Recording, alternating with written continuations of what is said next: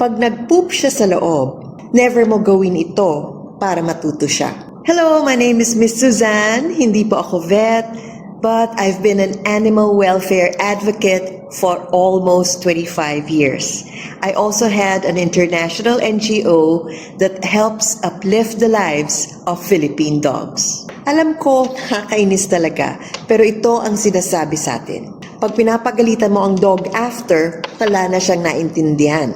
Dogs learn by timing and by routine. Pag tapos na siya mag-poop at saka mo sinita, ang malilearn lang niya sa'yo, matakot sa'yo. Hindi siya matututo mag-potty sa labas.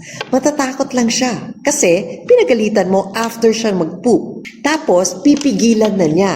Ako, pag nagpo-poop si Cookie, nagpapalakpak pa ako, yay! Para success, di ba? Para happy siya. Kasi kung hindi, pipigilan niya. Ang mas effective, observe the patterns. After eating, after sleeping, after play, ilabas mo siya. Then, pag tama ang ginagawa niya, dun ka mag-praise. Count praise ha, hindi OA.